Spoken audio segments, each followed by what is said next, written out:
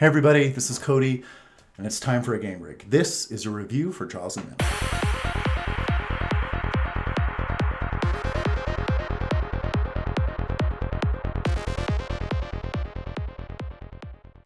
Right out of the gate, this game was made for somebody like me. I'm a fan of old school RPGs, and I grew up gaming in the 90s. That's when I became a true gamer. So games like Trials of Mana have a special place in my heart. Having said that, even though I do have nostalgia for this game in particular and games of this type, this game still has things that it does wrong. And I'll cover its missteps, but it also has a lot of things it does right. Let's do this. Trials of Mana does not have what you would call a complicated plot, like many of the other Mana games in the series, but it has a vibrant world, colorful characters, and it still has a simple yet pleasing storyline. And it all coalesces to make a wonderful experience, despite the fact it doesn't have an overly complicated story to tell. Even though this game was released in 2020, it's at its core very much a 90s RPG. But I say that with reverence and not disdain in the slightest. And like many RPGs made in the 90s, it's a very linear game. But that's okay. As long as the linear game is fun and an overall joy to play, I'm okay with linear design. But that's not to say that I wouldn't like an open world Mana game one day. I think that would be a really great experience for everybody. And it seems like the Mana series is back for now, so we might get one. And because this is a linear game, it's able to tell its story in a well-paced and cohesive manner. The only times the game really slowed down for me was because of one particular annoying technical issue and because I had to do some dumb backtracking for the plot. This game played it very safe in terms of how faithful it was to the original, in terms of both game design and story. And I'm sure this will please a lot of fans and upset others. Love the characters you get to pick for your party in this game. I find them bright and interesting, and I could have just used more interactions between party members and maybe more story beats with them. I find that these characters are already endearing from having played the original. I just feel like there was an opportunity to make them even more endearing in this game. And I feel like it was a bit of a missed opportunity on the developer's part. And as a quick aside, Trials of Mana, the original version, was the first game I ever emulated on PC. So to have this remake come out 20 plus years later, in addition to the original last year, it's been a great time to be a Mana fan. But one thing I think anyone will be able to appreciate, whether they played the Mana series before or not going into this game, is its visuals. It's full of bright colors, it's incredibly vibrant, and it remains true to the original game's art style, and everything is just enhanced. And it all works so well with the warm environment and the easygoing feel that this game has. One area where the game's visuals do suffer a little bit is in some of the cutscenes.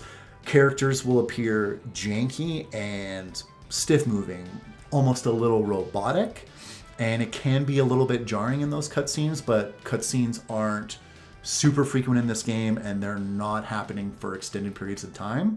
So it is something that doesn't stick with you for very long. When I was in control of characters inside and outside of battle, the character animations looked great and they ran really smoothly and I had no problem with them whatsoever. But another issue that did arise with the graphics was when it came to loading textures, especially sometimes if you're popping into a cutscene, characters will be loading still and their textures aren't fully done yet and they'll kind of pop in. And the same thing could happen for the environments. The environments would all of a sudden pop into place. But once again, this was something that was so minute to me personally that it didn't ruin my enjoyment of the game. It was something I noticed and it could be jarring a little bit, but I quickly got past it by how much fun I was having. The one technical aspect of this game that I did find really annoying was the load times. In the first half of the game, it's fine. You're in areas for a long time, you're not constantly popping in and out of them, so you don't really notice it as much. But in the second half of the game, once fast travel mechanics are introduced, you're constantly popping in and out of areas and you're hitting load screen after load screen. And it really does start to slow down the game's momentum. Thankfully, however, for this game, unlike Secret of Mana a couple of years ago, it didn't crash on me a single time. It ran smooth as silk for my whole 30 plus hours of playing. And in terms of combat, there's a lot of welcome additions to this game. You can do combos now, you can assign abilities to shortcuts, there's new skill trees where you can pick new abilities for characters and all their different classes, and battles occur without needing to transition to a battle screen. They happen naturally and seamlessly, and that results in a good pace for the game. And appropriately, all the special attacks in this game are over the top and super fun to watch.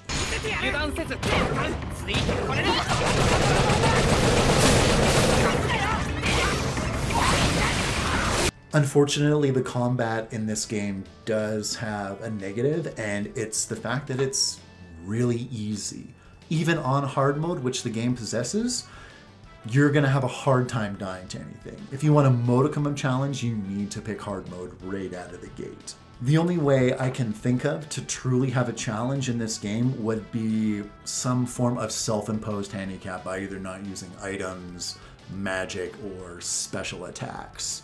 And even though I thought this game would probably be on the easy side, as the original games were, I can still understand how it would be really disappointing for some people that there isn't a significant challenge built into the game, and instead they're forced to rely upon themselves to give themselves a handicap. Even though this game is on the easy side, there's still an opportunity for a ton of replayability, given all the different classes your characters can become, and combined with the fact you get to pick only 3 of 6 characters at the beginning of the game, allowing for a lot of mixing and matching of different characters and different classes. And the New Game Plus mode in this game, it further enhances the replayability, giving you the ability to experience other characters' stories that you didn't the first time around. And depending on your party makeup, you have different conversations taking place between the characters. This game's New Game Plus mode very much reminds me of Chrono Trigger's New Game Plus. And there's a particular reason why. Both games' New Game Plus seems to exist in order to allow the player to experience new story beats that they weren't able to the first time they played the game. That, and to absolutely crush anything that gets in your way with extreme prejudice. Sadly, there was one aspect of the original game that didn't make it into the remake, and that was the dual co-op option. I believe I understand this decision from a development standpoint. It allowed them to focus in on the single player aspect and make it a tighter, more enjoyable experience. But that just means that the original game still has incentive to go play it, as you can play dual co-op in the Collection of Mana. Not that the original needs incentive to play it still, because it's still a great game by itself. In terms of the game's sound, it sounds fantastic. They did an excellent job with the remastered tracks for the whole game. I was pleased with everything I heard. And they have the additional option of letting you listen to the classic tracks from the original game, which is delightful as well, because they still sound great from that era. And that makes me, as an old fan, super happy.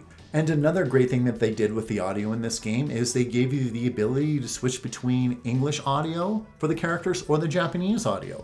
And I totally played with the Japanese audio because I heard some of the English voice work before I started playing the game, and I found it definitely uneven compared to the Japanese voice work. So having the Japanese option just made it a more immersive experience for myself personally, and it didn't jar me out of the game.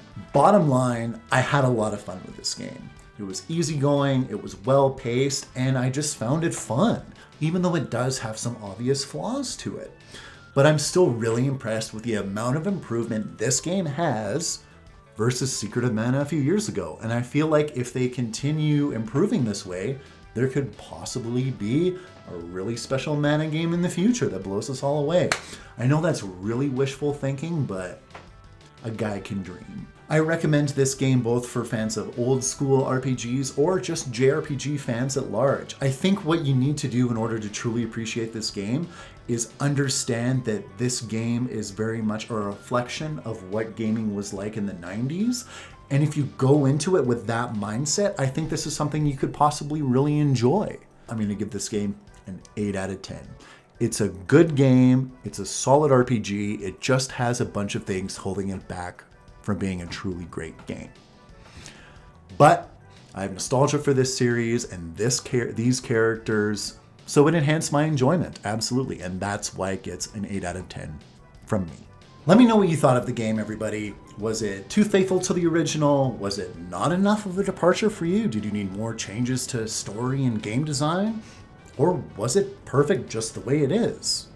Let me know what you think in the comments, and I'll see you next time for another Game Break.